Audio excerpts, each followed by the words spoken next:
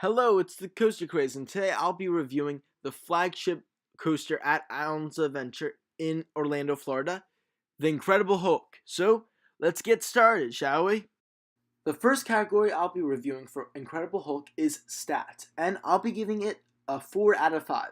So, the height and speed, or the height at least, are more average, being a little over 100 feet, which is not that impressive. But the speed is like 67 miles per hour, and that's pretty darn good, especially for the height, because that launch into the drop. And then it has a pretty nice length, well over 3,000 feet, and 7 inversions, so those are two very nice length style stats. So that's why it's getting a 4 out of 5. My next category I'll be discussing is theming and scenery. And I'll be giving Incredible Hulk a 4.5 out of 5. Like, look at this entrance. It's so cool how they incorporated the old track and old train from before they rebuilt the coaster to make the entrance. It's just one of the best entrances I've ever seen for a coaster. Plus in the queue, you'll see all this like gamma radiation stuff, and really looks like you're inside like the laboratory that Bruce Banner worked in. So that's really cool. There's not a ton of theming during the ride besides that upwards launch tunnel, which is really cool because it uses onboard audio. But overall, it's just really nice theming and just a great story. And plus, that appearance and scenery over that lake, there's a reason it's the park centerpiece. Now I'll be discussing restraints and smoothness, where I'll be giving Incredible Hulk a 4.5 out of 5. So for smoothness, it's a perfect 5 out of 5. It's by B&M, and they literally retracked the entire coaster in 2016. So of course it's going to be butter smooth. But the restraints bring it down a little bit, because though for over the shoulder restraints, they're very solid. Over the shoulder restraints are just not fun. I really wish I had lap bars like some other looping coasters, like the Schwarzkopf looping coasters, because those are just a lot more freedom than these kind of very uncomfortable over the shoulder restraints. Now, one of the most important categories, I have layout. And this is an interesting one because I'm actually going to be giving Incredible Hulk a 3.5 out of 5. So a lot lower, and here's why. That first part is truly unique. It's excellent.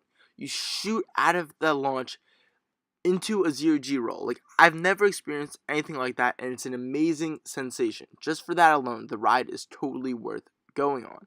Because just launching up into a zero-G roll and then going out of it, reaching like very fast high speed, and then going into the Cobra roll, the massive Cobra roll, and then a massive loop through like fog tunnels and stuff. It's really, really nice. You have a ton of speed. Then you go up out of the loop into like a helix, and then it just becomes just a run-of-the-mill B&M looping coaster. And there are a lot of B&M looping coasters in Florida. So this one really does have the uniqueness that like puts it above most of them. But because that second half that's just so blah, I really can't give it anything higher than a 3.5 out of 5. Because like we've seen those elements before.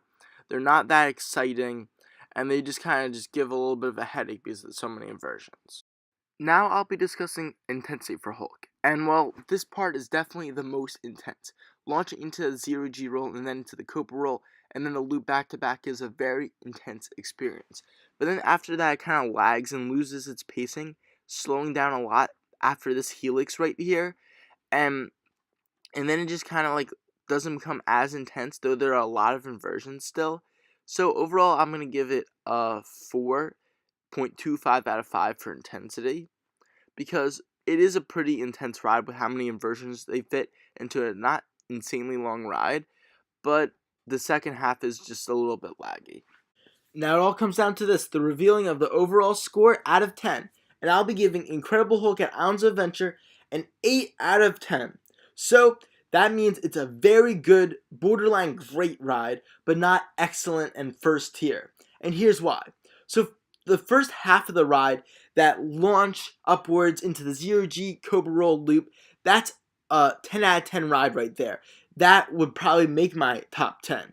But the second half of the ride doesn't even closely live up to it. Instead, it's a mediocre B&M looping coaster. So that really weighs it down and knocks off those 2 points, making it more of a B-list coaster. So it's like the first half is like an A-list coaster and the second half is a C-list. So you average those out for a B, which is an 8 out of 10. So this coaster is excellent. Definitely the best at Islands of Adventure and the best at the 2 Universal parks in Florida. So it's a must ride for sure. Just really fun overall and pretty re-rideable. But I really wish they could have had some more unique elements for that second half. Thank you so much for watching. I hope you enjoyed my review of Incredible Hulk at Islands of Adventure. Please comment down below your opinions on this awesome coaster, and comment down below what reviews you want to see next for my channel. Like and subscribe for more awesome coaster content and more coming soon.